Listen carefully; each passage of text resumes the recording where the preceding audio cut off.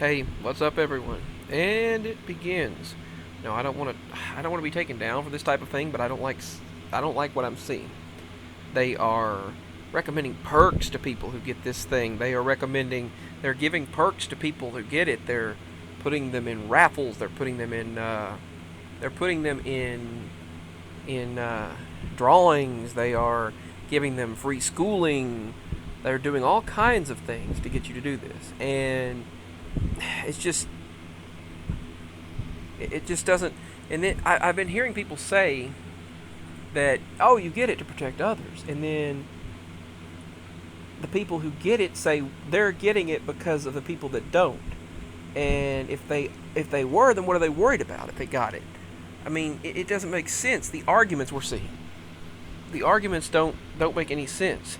But now we're seeing that governments are running a real life nationwide Stanford prison experiment by granting the V word, granting people with shots special rights and privileges while treating the unlike prisoners.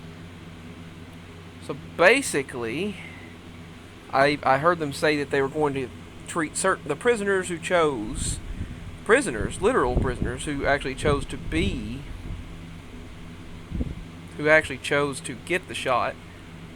I guess they're going to treat them according to what I heard this morning.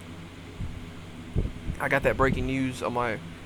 Let's see. I guess right here, governments are running a real-life nationwide Stanford prison experiment by granting vaccinated special rights and privileges. And then I saw them in Europe going around and asking people to show their phones QR code. And if they showed their QR code, then they were allowed to continue dining, eating. They had police officers. No jab, no job. No jab, no this. No jab, no entry. Policies, they say they devastate the social fabric of not just the U.S., but every country that's participating in this grant experiment. It's medical fascism.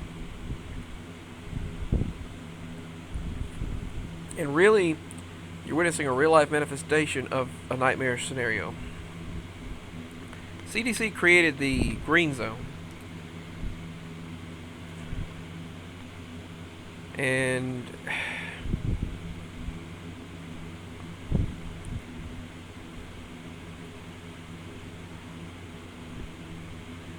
basically, proof of the shot policies are being imposed as a requirement to eat or dying. It's really just, it's not just that, but it's taken straight out of Revelation. I know this leads up to the total control, and I realize it's the right hand or forehead. That's what it says. Right hand or forehead, showing your submission. I mean, how are we gonna live without eating or drinking? Are we supposed to be like like that 400-year-old monk that they found who's just in deep meditation? Are we supposed to be like doing that? What are we supposed to just live on nothing? You can't live on nothing.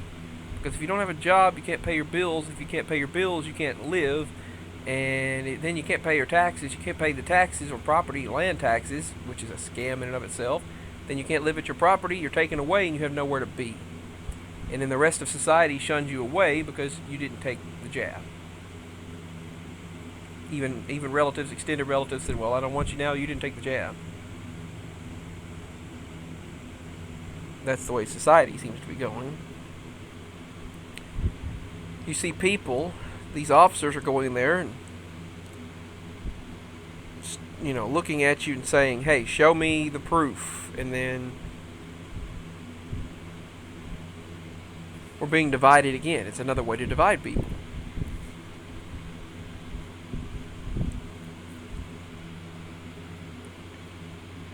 If you read this here,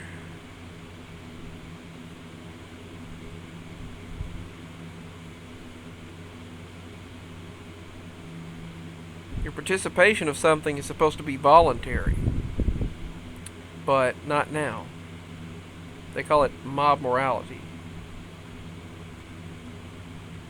This program is well underway toward the COVID unvaxxed, who are being portrayed as walking cesspools of germs who might contaminate the sanctified brethren. those who took the shots.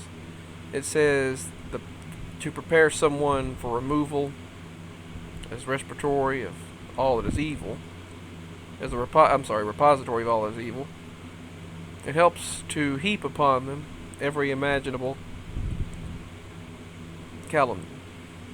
Thus, we hear in mainstream publications that those people are not only killing people, but they're a bunch of raging narcissists, tantamount to, they're calling them domestic terrorists.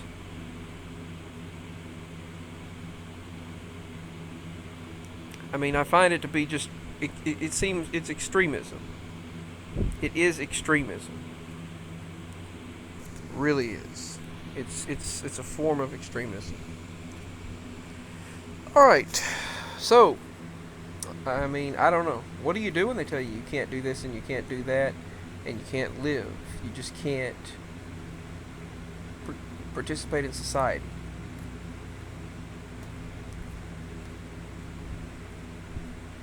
I always felt that we had, I always felt just, well, I'm not going to say exactly how long I felt we had, but I always thought we had at least a short period of time here before all of this craziness. But it just doesn't seem like this is going anywhere. Let's just say that. It seems like what this is just going to keep raging and raging and getting worse. Oh, new strands of this invisible enemy. It's just, yeah, you get what I'm saying. What do you do? You know, but I don't get into the whole fear propagation. You know, it's fear propaganda. All of this division propagates fear, and that's not what we need right now. What we need is unity now more than ever.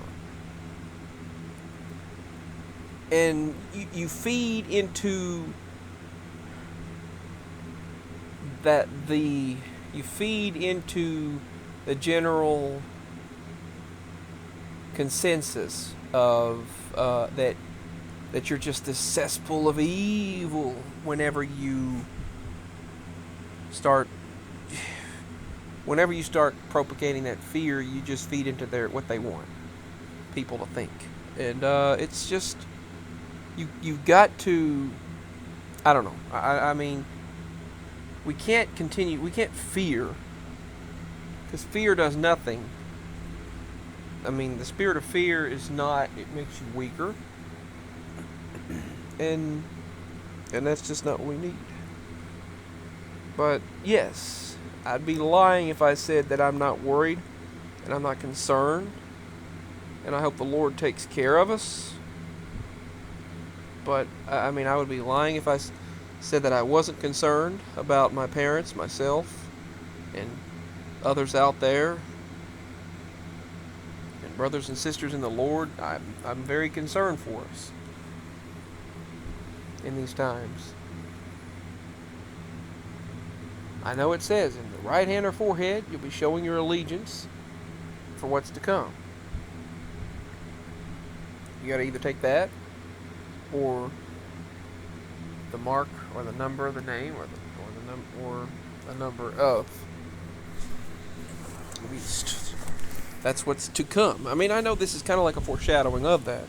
This does make it easier for forced implementation. Governments are not supposed to be able, they're supposed to work for the people. They're not supposed to be able to make something and then create the so-called help, and then make you get the so-called help, and then it just mutates and then they enforce more, and then it's a non-stop process, and then they can create these temporary laws for more control and garner the situation at hand so they can implement certain rules and regulations that would otherwise not apply in society, and take advantage of the situation to create a dictatorship scenario, basically a totalitarian scenario. And that's what you see them doing. That's what the worldwide governments are doing, taking advantage of a situation and creating a totalitarian type of control, overstepping their boundaries of control of your freedom of choice and stuff like that. And no one wants that. No one in the right mind wants that. So all we can do is just hope to the Lord that we're taken care of. But you can't not eat or drink. You can't not live. So, it's just crazy.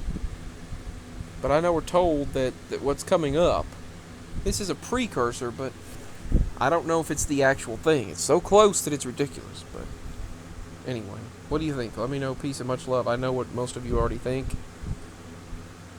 I've had people say that, well, I've watched people that, some people, the majority of people that got that shot, it wasn't as bad for them, or they didn't die, or they didn't have to get hospitalized. And the ones in the hospital are the ones without the shot.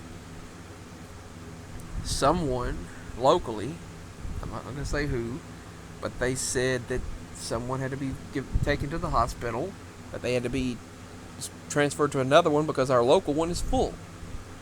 So, I don't know. I just don't know. It's crazy.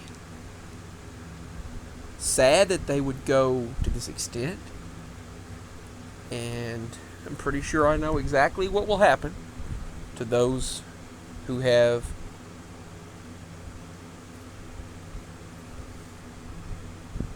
created this situation. And force this perpetual dark cycle. And I know they'll be punished. Alright, peace, signing out. Let me know what you think about it. I just had to talk.